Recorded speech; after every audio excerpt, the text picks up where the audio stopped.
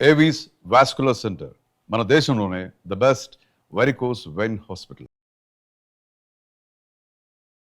నమస్కారం, మీరు చూస్తున్న సుమన్ టీవీ. నేను మీ కీర్తి. సెప్టెంబర్ 21 సూర్యగ్రహణం ఉంది. అది మరి భారతదేశంలో కూడా ఉందా, లేదా ఒకవేళ ఇతర ప్రపంచ దేశంలో ఉన్నా కూడా ఎక్కడెక్కడ ఎఫెక్టివ్గా ఉండబోతోంది? హిందూ వాళ్ళు ప్రపంచ దేశవ్యాప్తంగా ఉన్నారు కాబట్టి వాళ్ళు ఎలాంటి పరిహారాలు పాటించాలి, ముఖ్యంగా మన భారతదేశీయులు ఎలాంటి పరిహారాలు పాటించాలి, సూర్యగ్రహణం ఏ రాసుల వారికి ఎఫెక్ట్ పడబోతుంది, ఇలాంటి విషయాలు మనకి తెలియజేయడానికి 2009 నుంచి 30,000కు పైగా జాతకాల పరిశీలన చేసి, అలాగే 2013 నుంచి పితృదోషాల నివారార్థం కార్యక్రమాలు చేపడుతున్న ప్రముఖ ఆస్ట్రాలజర్ బ్రహ్మశ్రీ నందిబట్ల శ్రీహరి శర్మ గురుగారు ఉన్నారు. నమస్తే గురుగారు. వాగర్థావివ సంపృక్తౌ వాగర్థ ప్రతిపత్తయే జగతః పితరౌ వందే పార్వతీ పరమేశ్వరౌ. ఆదిత్యాయ చ సోమాయ మంగళాయ బుధాయ చ గురు శుక్ర శనిభ్యశ్చ రాహవే కేతవే నమః. శృంగేరి జగద్గురు పీఠాధిపతులకి, కంచి పీఠాధిపతులకి నమస్కారములు తెలియజేసుకుంటూ కార్యక్రమాన్ని ప్రారంభిద్దాం. గురుగారు, సెప్టెంబర్ 21 సూర్యగ్రహణం ఉంది అంటున్నారు. భారతదేశంలో ఉందా, లేదా ప్రపంచ దేశాల్లో ఎక్కడ కనిపిస్తుంది? ఇప్పుడు చంద్రగ్రహణం అయిపోయింది. అందరి నోళ్లలో చంద్రగ్రహణం ఎందుకంటే మన భారతదేశంలో కనిపించింది కాబట్టి అందరూ కూడా దీని గురించి చర్చించుకున్నారు. ఇక వెంబడే వచ్చేటువంటి సెప్టెంబర్ 21 భాద్రపద అమావాస్య రోజున ఏర్పడుతున్నటువంటి సూర్యగ్రహణం. ఇప్పుడు దీని మీద కూడా చాలామంది చర్చోపచర్చలు చేస్తున్నారు. వాస్తవానికి ఈ యొక్క సెప్టెంబర్ 21వ తారీఖు రోజున ఏర్పడేటువంటి పాక్షిక చూడామణి నామక సూర్యగ్రహణం ఏదైతే ఉందో అది మన భారతదేశంలో విజిబుల్గా ఉండదు, కనిపించదు. అయితే ఎక్కడెక్కడ కనిపిస్తుంది అని అంటే పసిఫిక్ మహాసముద్రం, అంటార్కిటికా సంబంధించినటువంటి ఖండాలు, అలాగే ఫిజీ, ఆస్ట్రేలియా, న్యూజిలాండ్, టొలోవా ఇలాంటి దేశాలలో కనిపిస్తుంది. కాబట్టి ఆయా దేశాల్లో నివసించేటువంటి ప్రజలు ఆచార నియమాలు పాటించాల్సినది ఖచ్చితంగా ఉంది. మిగతా యునైటెడ్ అరబ్ ఎమిరేట్స్ కానీ, అమెరికా కానీ, యూకే, లండన్ ఇలా ఏ దేశంలోనైనా కానీ ఇది కనిపించదు. కాబట్టి ఆయా దేశాల్లో నివసించేటువంటి ప్రజలు ఎవ్వరూ కూడా, ముఖ్యంగా మన తెలుగు వాళ్ళు, భారతీయులు ఈ యొక్క ఆచార నియమాల్ని పాటించాల్సిన అవసరం లేదు. కానీ శాస్త్రం ప్రకారం ఒకటి ఉందమ్మా. ఎందుకనంటే అంతరిక్షంలో జరిగేటువంటి యొక్క అద్భుతమైన దృశ్యం ఏదైనా అంటే తోకచుక్కలు రాలుతూ ఉంటే ఒక రాకెట్ లాగా కింద పడుతూ కామెట్స్ అంటుంటారు. అలాగే అంతరిక్షంలో ఏర్పడేటువంటి గ్రహణాలు, అప్పటి వరకు నిండుగా కనిపిస్తున్న చంద్రుడు అంతర్ధానం అయిపోతాడు. అప్పటి వరకు వెలుగులు జిలుగులు నిప్పులు కక్కుతున్న సూర్యుడు అంతర్ధానం అయిపోతాడు. ఇది నిజంగా అద్భుతమే కదమ్మా. సినిమాల్లో మాత్రమే చూసే దృశ్యాన్ని మనం నేరుగా మన కంటితో మనం చూస్తున్నాం. అట్లాంటి అద్భుతాలు అసలు గ్రహణ తదనంతరం చంద్రుడు మిలమిల మెరిసిపోయాడమ్మా. అంటే మన భారతదేశంలో కనిపిస్తుంది కాబట్టి మనం పాటించాం. చాలా మందికి ఇదే సందేహం, మన భారతదేశంలో కనిపించదు కాబట్టి మనం ఆచార నియమాలు పాటించాల్సిన అవసరం లేదు, దీని గురించి పట్టించుకోవాల్సిన అవసరం లేదు అని అంటారు. కానీ ఇక్కడే తప్పుదో పడుతున్నారు. తప్పుడు అంటే ఏంటంటే ఆ జ్ఞానాన్ని పెంచుకోలేకపోతున్నారు అని చెప్పవచ్చు. ఎందుకు అనంటే ఇది విశ్వంలో అనగా ముఖ్యంగా అంతరిక్షంలో జరిగేటువంటిది. ఈ విశ్వం సృష్టిలో మనం ఒక భాగం. నేచర్ అని అంటాం, ప్రకృతి. ప్రకృతి అంటే ఏంటి? చెట్లు, చేమలు, నదులు, సరస్సులు, సముద్రాలు ఇవే కాదమ్మా. ప్రకృతిలో మనం జీవిస్తున్నాం కదా, పక్షులు, క్షీరదాలు కాకుండా మనం కూడా జీవిస్తున్నాం కదా. మనకు దాని ప్రభావం అనేటువంటిది. ప్రకృతికి ఏ విధమైన విపత్తులు కలుగుతాయో ఆ ప్రకృతిలో జీవనం సాగించే సమస్త జీవ నాడులకి కొంత ఇబ్బందికర పరిస్థితులు. అంటే గ్రహణాల వల్ల సమస్యలు వస్తాయని కాదు. ఇక్కడ గమనించాల్సింది ఏంటంటే సమస్యలు వస్తున్నాయని గ్రహణాలు తెలియజేస్తాయి. అదే అర్థం చేసుకోవాల్సింది, వీక్షించే ప్రేక్షకులు గమనించాల్సింది ఏంటంటే గ్రహణాలు రావడం వల్ల సమస్యలు రావమ్మా. సమస్యలు వస్తున్నాయని హెచ్చరించడానికి గ్రహణాలు ఒక కారణం అవుతున్నాయి. కాబట్టి ఇప్పుడు షడ్గ్రహ కూటమి అని చెప్పి అన్నారు. మరి దాని తర్వాత వచ్చినటువంటి సమస్యల్ని ముందుగా గ్రహాలు తెలియజేస్తున్నాయి కదా. అలాగే గ్రహణాలు కూడా తెలియజేస్తాయి, గ్రహణాలు కూడా మాట్లాడతాయి, గ్రహణాలు కూడా చెప్పుతాయి, గ్రహణాలు కూడా భవిష్యత్తుని సూచిస్తాయి. దాన్ని మనం అర్థం చేసుకునేటువంటిది. ఇప్పుడు మనకు జపాన్ భాష రానంత మాత్రం జపాన్లో అద్భుతంగా చెప్పవచ్చు. జపాన్ భాషలో మనకు రానంత మాత్రాన అది అద్భుతమని కాదు అని మనం ఎలా అంటాం? అలాగే ఈ యొక్క విశ్వంలో మనం జీవిస్తున్నప్పుడు విశ్వంలో ఏర్పడేటువంటి మార్పులు ఏవైతే ఉన్నాయో వాటికి అనుగుణంగా తదనంతరం వాటికి చర్యలు ఉంటాయి అని చెప్పి సూచించేది. కాబట్టి ఇప్పుడు బెస్ట్ ఎగ్జాంపుల్ చెప్తానమ్మా, వీక్షించే ప్రేక్షకులు కూడా అర్థం చేసుకోదలిసింది ఏంటంటే, ఈ పాల్గొన మాసంలో పౌర్ణమి రోజున అమావాస్య రోజున ఏర్పడిన చంద్ర సూర్యగ్రహణాలు మార్చి 14, మార్చి 28, 29 పడింది కదమ్మా ఈ సంవత్సరం. మన భారతదేశంలో కనిపించలేదు. కానీ ప్రపంచవ్యాప్తంగా ఏ దేశం ఎక్కువగా ఇబ్బందులు పాలింది? భారతదేశమేగా. 283 మంది విమాన ప్రమాదంలో పోయారా? పెహల్గాం దాడి జరిగిందా? దాదాపు పొరుగు దేశంతో యుద్ధం చేశామా? మాల్దీవులు మన మీద స్ట్రైక్స్ చేశారా? అనేక విధాలుగా ఇప్పుడు మనం సమస్యలు ఎదుర్కొంటున్నామా? ప్రపంచం ఎదుర్కొంటుంది, కానీ మనము ఎదుర్కొంటున్నాం. అందులో భాగం ఆల్రెడీ మనకు చాలా సందర్భాల్లో మొన్నటి చంద్రగ్రహణంలో కూడా చెప్పాం, ఒకే నెలలో 2 గ్రహణాలు ఒకే నెలలో ఏర్పడినప్పుడు వచ్చేటువంటి ప్రభావాలు ప్రపంచవ్యాప్తంగా ఉంటాయి. అందున భాద్రపద మాసంలో ఏర్పడిన చంద్రగ్రహణము 21వ తారీఖు రోజున ఏర్పడే సూర్యగ్రహణ ప్రభావం ఏదైతే ఉందో దాని ప్రభావం వలన హైందవేతరులు, సనాతన ధర్మాన్ని పాటించనటువంటి వాళ్ళు, సనాతన ధర్మానికి విద్రోహులు ఎవరైతే ఉన్నారో వాళ్ళకందరికీ కూడా అరిష్టము అని చెప్పి మనకు చెప్పబడి ఉంది శాస్త్రంలో. ఇటువంటి విధానాన్ని కొంత పరిశోధించి మన వేద పండితులు ఘనపాఠి గారు, సంతోష్ కుమార్ శాస్త్రి గారు తెలియచేశారు. వాళ్ళు తెలియజేసిన దాంట్లో కూడా ఇప్పుడు మనం చూసుకుంటే అచ్చుగుద్దినట్టు మనకు సరిపోతున్నాయి గ్రహణాలు. ఇప్పుడు మనం ఇంతవరకు వీడియోలో చెప్పుకున్నాం, 2 గ్రహణాలు ఒకే నెలలో వస్తే చాలా ఇబ్బందులు ఎదుర్కొంటాయని చెప్పి ప్రకృతి పరంగా. ఇప్పుడు ఏమైపోయింది? నేపాల్లో ఏమైందమ్మా? పాలకులకు ఇబ్బంది కలిగింది కదా. మనం ఏం చెప్పాము? గ్రహణాల వల్ల పాలకులకు ఇబ్బంది కలుగుతుంది అని కూడా మన చంద్రగ్రహణం అప్పుడు చెప్పాం. ఎంతసేపటికి మన ఇల్లు, మన ఊరు, మన జిల్లా, మన రాష్ట్రం గురించి ఆలోచిస్తాం, కానీ ప్రపంచవ్యాప్తంగా ఆలోచించలేకపోయి అంత అజ్ఞానంలో ఉన్నాం మనం. అరే గ్రహణం అనేది మనకు కాదురా నాయనా, ప్రపంచానికి సంబంధించింది, విశ్వానికి సంబంధించింది అని ఎందుకు అర్థం చేసుకోలేకపోతున్నారు? గ్లోబలైజేషన్ కాబట్టి ప్రపంచవ్యాప్తంగా ఎక్కడైనా కానీ ఎఫెక్ట్ ఉంటుంది. అదే ఇండైరెక్ట్ గా డైరెక్ట్ గా మనం సమాజంలో కలిసి ఉన్నాం కాబట్టి. ఇప్పుడు చూశారనంటే పాకిస్తాన్ లో అల్లర్లు జరుగుతున్నాయి. ప్యారిస్ లో చూడండి, మొత్తం రోడ్డుకి ఎక్కారు, కొత్తగా ఎన్నుకున్నారు, మళ్ళీ ఇప్పుడు రోడ్డు ఎక్కారు. ముఖ్యంగా రేపు భవిష్యత్తులో ఏర్పడేటువంటి దాంట్లో ఈ యొక్క బంగ్లాదేశ్లో కానీ, అలాగే భవిష్యత్తులో అరబ్ ఎమిరేట్స్లో కానీ, ఇవన్నీ కూడా ఈ గ్రహణ ప్రభావం వలన ఇబ్బందులు ఎదుర్కోక తప్పదమ్మా. పాలకులకి ముఖ్యంగా ఇబ్బందులు, ముఖ్యంగా హెసిటేషన్ అనేటువంటిది పెరిగిపోతుంది.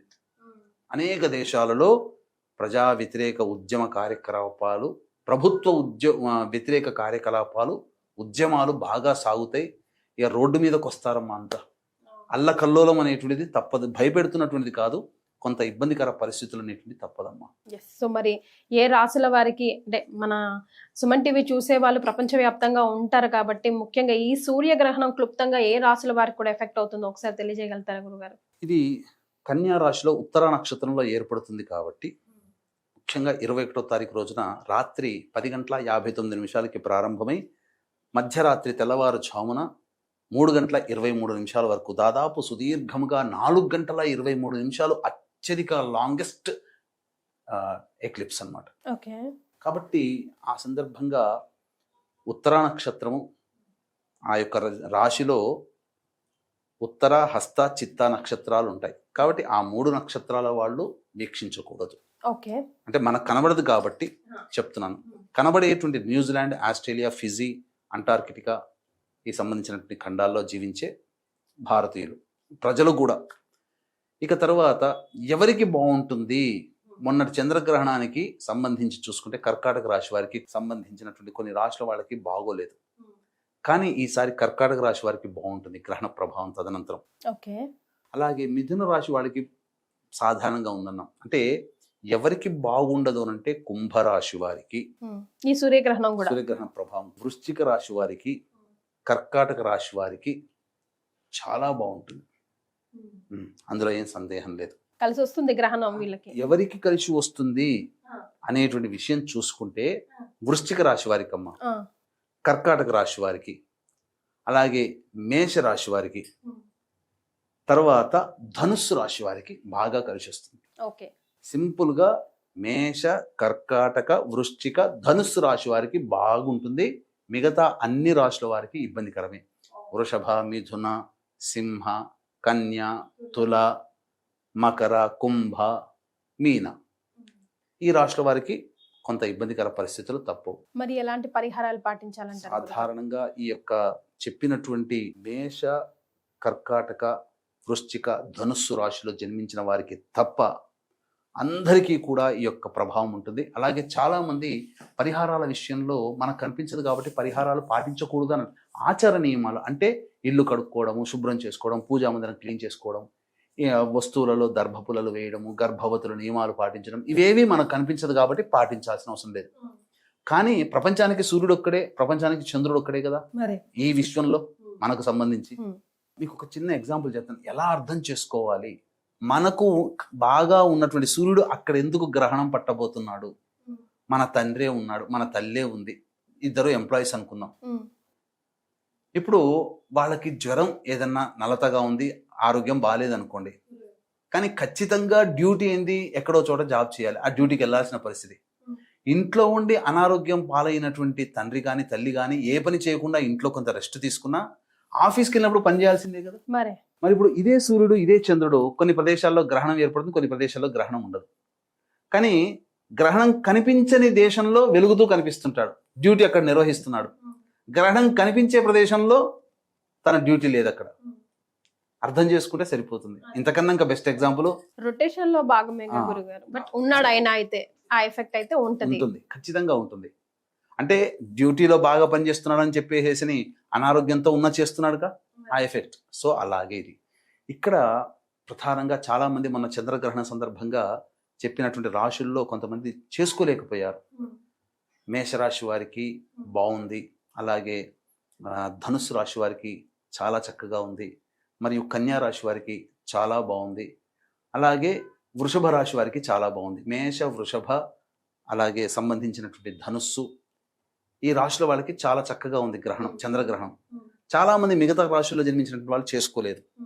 అటువంటి వాళ్ళకి ఈ గ్రహణ సందర్భంగా అవకాశం కాబట్టి ఆ సమయంలో మేల్కొని ఇష్టదేవత ఆరాధన చేయడం చాలా మంచిది. అందుకనే దీన్ని దృష్టిలో పెట్టుకుని చాలా మంది ఈ గ్రహణ సందర్భంగా మన శాంతి కార్యక్రమాలు మిస్ అయిపోయారు.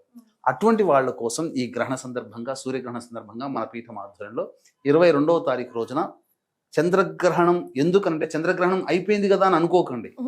అయిపోయిన తర్వాత ఏ నక్షత్రంలో పడింది? శతభిష పూర్వభాద్ర నక్షత్రంలో పడింది. మళ్ళీ పూర్వభాద్ర నక్షత్రం వచ్చే లోపల చేసుకోవాలి.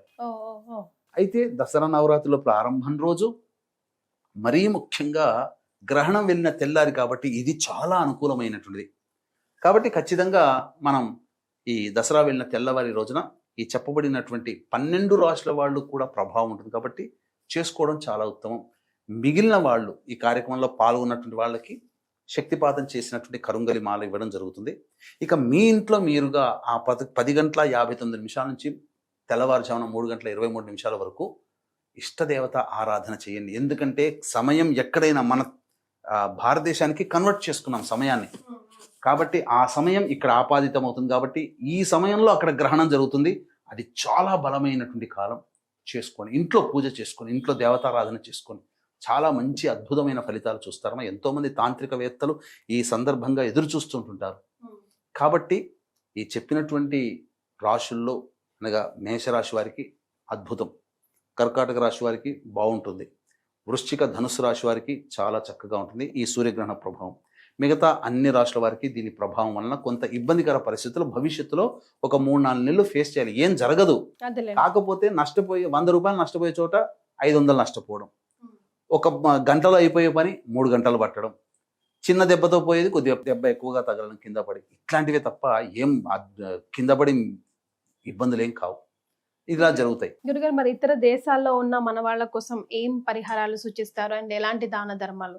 ఖచ్చితంగా ఆస్ట్రేలియా, న్యూజిలాండ్లో మన భారతీయులు ఉన్నారు కాబట్టి వారికి ఆ గ్రహణ సందర్భంగా ఆ సమయంలో ఇష్టదేవతారాధన, ఇంట్లో మంచిగా చక్కగా వండినటువంటి కూరగాయలు నీటిలో దర్భపుల్లలు వేయడం, అలాగే దేవతా మందిరంలో పోచలు వేయడం, ఆ సమయం అంతా కూడా వాళ్ళకి ఆ సమయానికి ఈ సంబంధించినటువంటి జపత చేసుకోవడం. తదనంతరం తెల్లవారి లేచి పట్టు స్నానం, విడుపు స్నానం ఆ సమయంలో చేయాలి.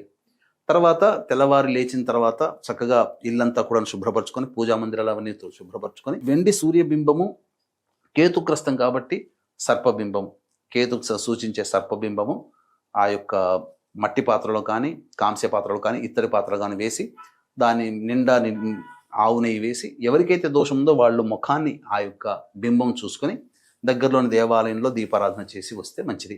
బ్రాహ్మడికి దానం చేసినా మంచిది. ఈ విధంగా చేయవచ్చు. ఉలువలు గోధుమలు దానం చేస్తే విశేషమైన ఫలితం బ్రాహ్మడికి చేస్తే చాలా దక్కుతుంది. అలా చేసుకోలేని వాళ్ళు, ఇట్లాంటివి దొరకలేని పక్షంలో కనీసం ఈ గ్రహణ శాంతి కోసమైనా కానీ మన పీఠమాధ్వర్యంలో జరిగేటువంటి 22వ తారీఖు రోజున జరిగేటువంటి కార్యక్రమంలో గోత్రనామాలు నమోదు చేసుకోవచ్చు. శక్తిపాతం చేసినటువంటి కరుంగలి మాల వాళ్ళకి ఇవ్వడం జరుగుతుంది. చాలా సంతోషం గురుగారు, ధన్యవాదాలు. సర్వం శ్రీ ఉమామహేశ్వర పరబ్రహ్మార్పణమస్తు.